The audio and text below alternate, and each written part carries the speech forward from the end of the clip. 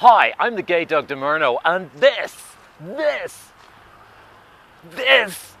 is my meal ticket to fame and fortune.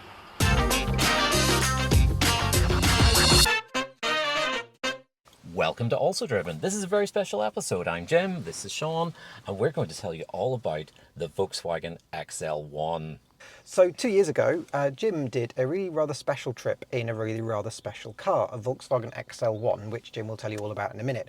And the trip was across the United States of America. And you might have caught bits and pieces of this on social media at the time, but we thought that we would put it together as a proper little film on our channel to document that adventure. Yes, and also because it didn't end very well for me personally. So we'll come to that later. We will.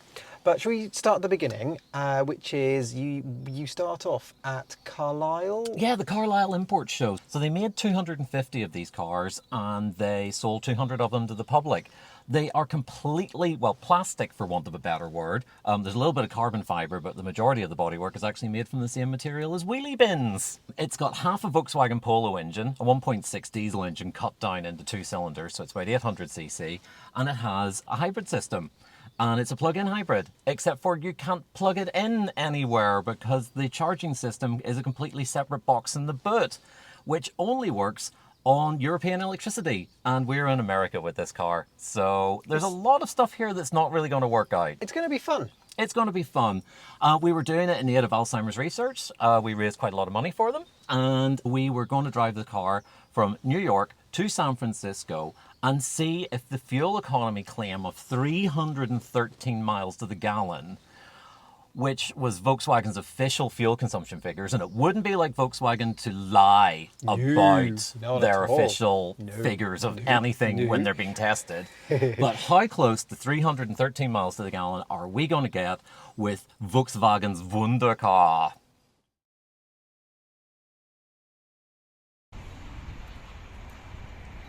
Good morning from my first full day with the XL1. We are in a car park in Pennsylvania. There is a woman behind me cleaning a window. Look, she's very industrious, unlike me. So this is the Lane Motor Museum XL1. We borrowed it off them for, well, a week or two, and we're going to drive it across America to see if it actually keeps up with Volkswagen's 313 miles to the gallon claim. Our trip has been reset to 0, it's all in kilometers, and the XL1 has 21,192 kilometers on it, and it is definitely not 8:30 at night.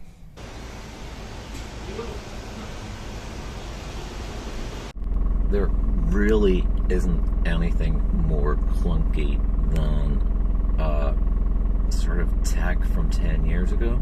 It does kind of make you wonder that, you know, because cars now are so interlinked with technology that in 10 years from now, will they even be able to function with the technology that we carry in our pockets? Again, the rather unusual setup of this car, it really is kind of a bit of a bit. I mean, if you look around the interior, you'll notice a lot of the parts are shared with other Volkswagens, these headlight units, some of the display, the little Garmin unit. But the integration maybe just isn't actually the best, because if you look at the time, that's the correct time here in Pennsylvania, but it doesn't connect to the Garmin unit, which tells me that it's a different time. That's me packed up from very sunny Carlisle. I'm going to go pick up my co-driver Alan in JFK. It's about 3 and a bit hours away. But we have to go and get something a bit unusual because the XL1 has only got a 3 US, or about just over 2 gallon tank of diesel. It doesn't run on truck diesel because the fuel fillers are slightly different sizes. So we're going to need to go get a spare tin can thing, whatever it is that holds diesel in. Okay, that doesn't look out of place or anything. 1 fuel tank collected, so hopefully that means we don't have to eat our young halfway across the Midwest. I think that's everything, so off to New York.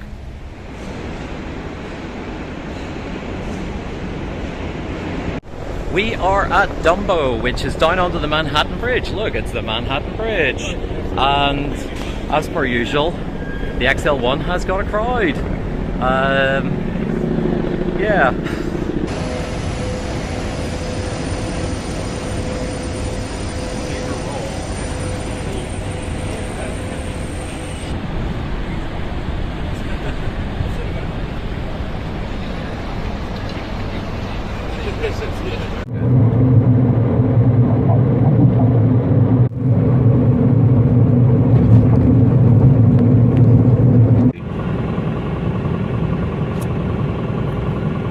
think that we can. Fantastic.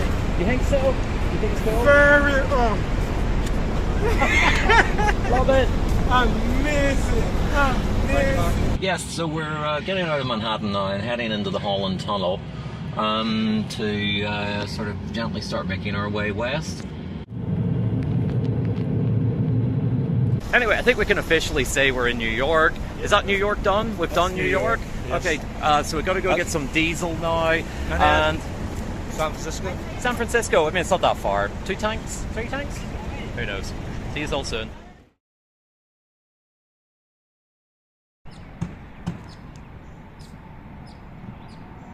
Good morning from Clearfield.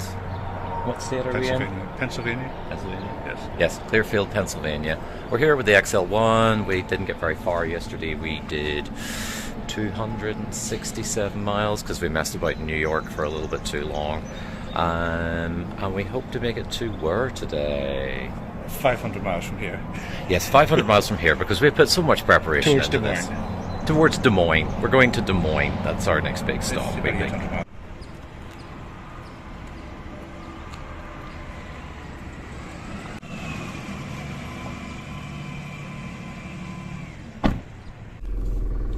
So it's going to be Alan's first day behind the wheel because I drove most of yesterday. He drove a little bit in New York, so it's going to be interesting. See if you get used to like the weird and wacky world of 10-year-old eco-technology.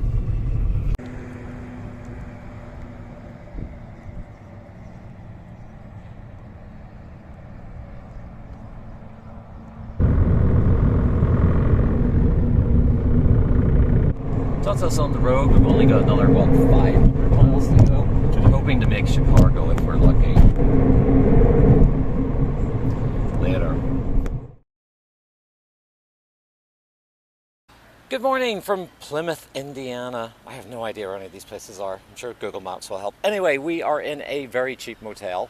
The XL1 is still going, although we did briefly have the glow plug light come on flashing a few times. Probably just a sign of it being sort of in storage at the museum or on display at the museum for such a long time. But it's still running, so that's the main thing. We are heading to Des Moines today. We're going to visit some friends of ours called Neil and Jason, who are hopefully going to give us a bed for the night. If not, we're going to be sleeping in that thing.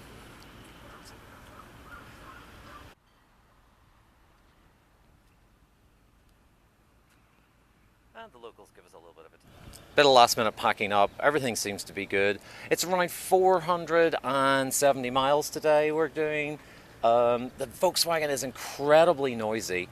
Unfortunately, I think it's a part of its composite chassis. There's no metal in the car, so it really sort of lets all the road noise through, especially now that we're out in the Midwest, where the roads are generally made from concrete. Also, I've noticed that it is turning into a bit of a bug magnet.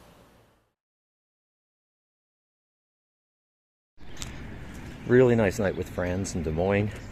So we're on the road again. The XL1 is gently getting packed up by Alan. As you can tell, it's a bit of a difficult one because it doesn't really have an awful lot of room. This is not the world's most practical touring car, is it? Yeah.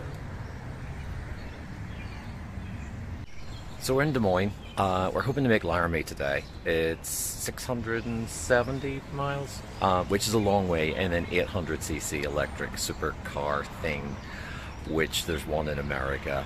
It's a little bit stressful driving it on American roads, I'd have to say, especially considering like the nearest services in Wolfsburg.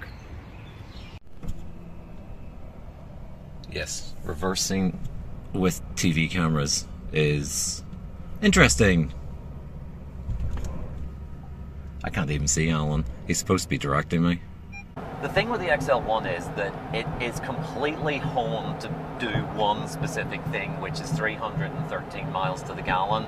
At the time, Volkswagen wanted to have the most economical car, the fastest car with a Bugatti, and the most luxurious cars with a Phaeton, and even with the Bentley. So it does mean that this car does not have a lot of creature comforts, nor is it particularly practical. We also find that once you go above 70 miles an hour, the fuel economy drops so much that the benefit of having that extra speed is completely lost by the continually having to stop for fuel, because it only has a 2 and a bit gallon tank. So when it drops down to 60 something miles to the gallon, you're realistically having to refuel, every hour and a half. So not a particularly great transcontinental cruiser, which you would have imagined a 313 mile to the gallon car would have been. So today is Laramie. We just left Des Moines this morning. Des Moines. Okay, that's my Brooklyn voice. We did Brooklyn, Des Moines. We're in Des Moines. Right, we left Des Moines this morning. We have 1,916 kilometers on the car.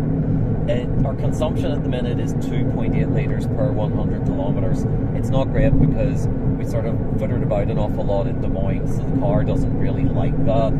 But our overall average consumption since we started is much lower. Yesterday we hit 145 mpg, which is really quite good for this thing because we can't actually charge it up. It's a plug-in hybrid and it has no way of actually charging here. It can't charge from the public charging network, nor can we plug it into a household main socket because the frequency of American electricity is slightly different to European and the car just does not like it. So we're running completely on the hybrid technology inside the Volkswagen, which is a bit of a shame because it only charges the internal batteries up to 25%, and it's a very, very small battery. It's only 5.5 kilowatts, roughly the same as what's in the new Citroen Ami. Oh, this is a lot of data. Big data dump. But the car has actually performed very well. I've had this car in Germany before, and it wasn't very happy with long trips, not been plugged into the mains, having generally sort of been used like an actual car. And I'd have to say that it has actually been okay. We do get occasionally lights on for the glow plug light flashes, which I believe is something to do with the diesel system on the car. So we're sort of hoping that doesn't cause huge issues, but it's happened a couple of times. By the way, it is so technical, we can't actually take this to a Volkswagen dealer. So if this car breaks down out here, we are completely stuffed. Because the only way that we can get maintenance is that we have to fly a team of Volkswagen engineers from Wolfsburg at our expense to fix it. And even like the tires are £800 or about $1,000 a pop, and they are not available in the US. So we're going to have to like import a tire if we blow out a tire. Oh yeah, and there's no spare. So perfect car for road tripping. We left Des Moines this morning at about 8 o'clock. We have 670 miles to get to Laramie, which is in Wyoming. We also have to cross, what's the other state we have to cross? We don't know and we don't care. It's a long way away. Oh, little update. I know it sounds like YouTube clickbait, but Alan checked the weather for Laramie where we're heading, and it's kind of looking pretty rough. It's -1 and 15 centimeters of snow. Obviously, we're in a experimental prototype Volkswagen that was sold to the public with very little development, so we're not really terribly sure that the XL1 is going to cope with that. So we're looking at rerouting, hopefully going through Casper. Well, things are just getting better and better. The car has just started flashing the ice alert. The weather, I think, is starting to close in a little bit. This is the stuff we were trying to avoid. Just noticing that there's like video of trucks sliding all over the interstate in Colorado. Yep, Colorado.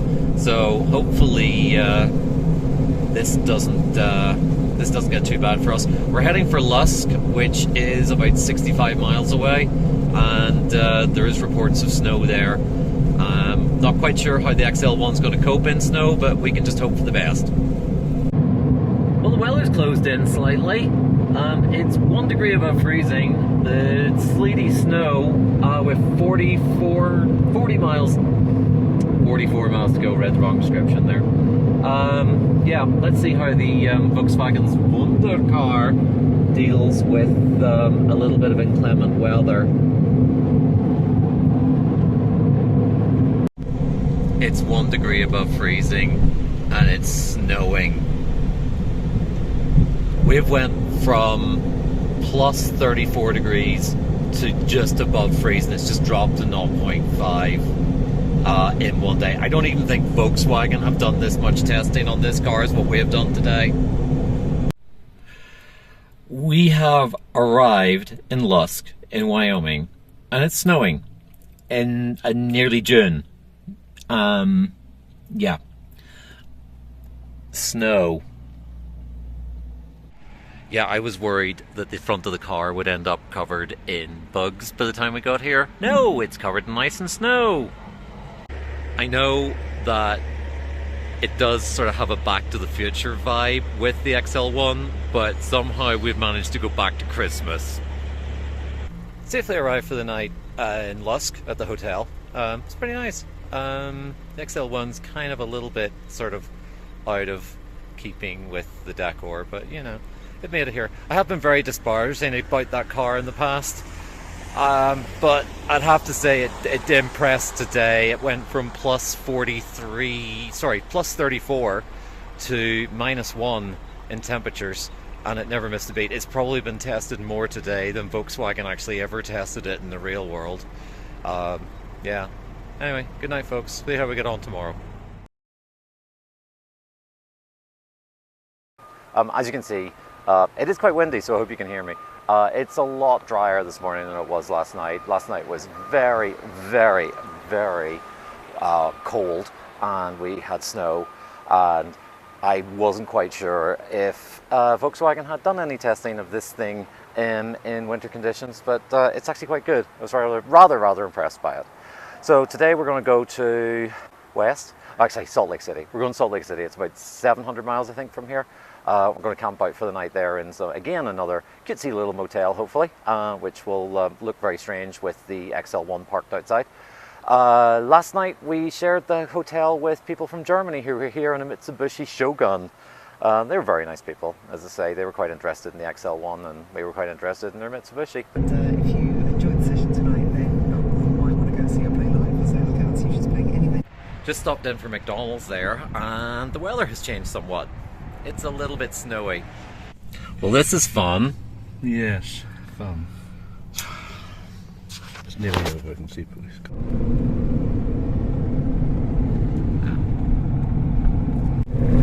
Not what we were expecting on our... Oh, right. It's plowing. Yeah, not what we were expecting on our little jaunt across America in, you know, someone else's $150,000 electric supercar.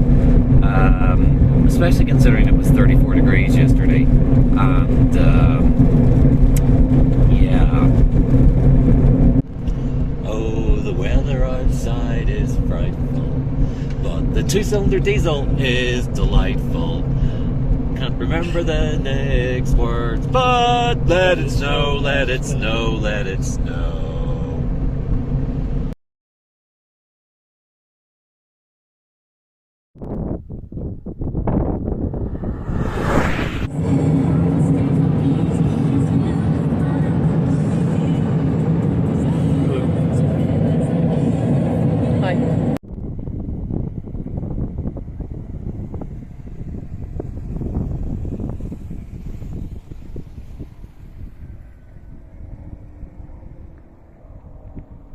Good evening from Bonneville Salt Flats.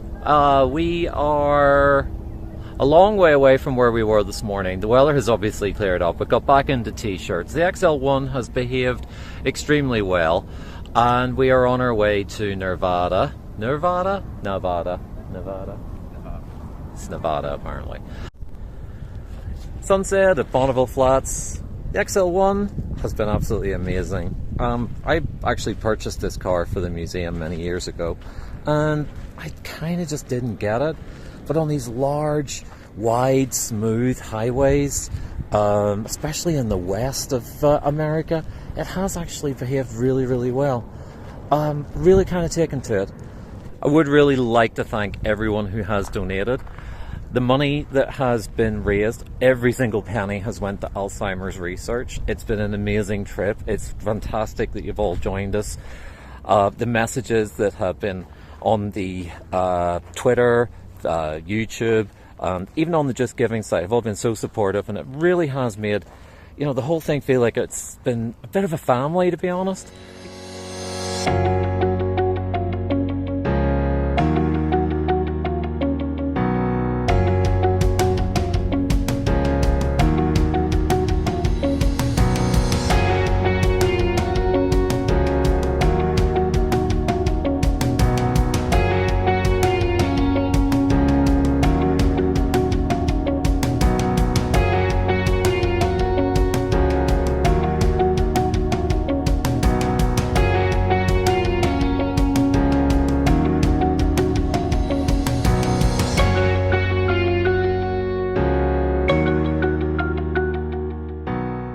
Hello from San Francisco, Alan, Jim, and the Golden Gate Bridge.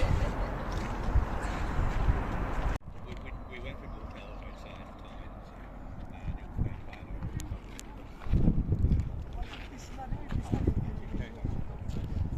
So it is quite ironic that we are here in front of this huge tourist attraction, and seemingly the most popular thing is the XL1. These two guys behind me right now, the guy in the hat has just told Alan that he's seen pictures of the car in New York. So that's kind of cool. Yep, it's still drawing a crowd. It's been absolutely amazing, this trip. So some sort of very basic facts is it took us 5,000 kilometers to get here. We have no idea how much fuel we've used yet, but we're working it out. And I'm tired. I am very, very tired. But it was worth it. I think it's the last time we checked, we were very close to £4,000 raised for Alzheimer's research. And it's been worth it. It really has been worth it. And I have actually bonded a lot more with the XL1. I picked it up in Germany a while back, and it was a bit problematic. There was some difficulties with it, but it has been absolutely faultless on this trip. It's been through some really extreme weather conditions. From plus temperatures to minus temperatures to snow, hail, sun, and it's just worked.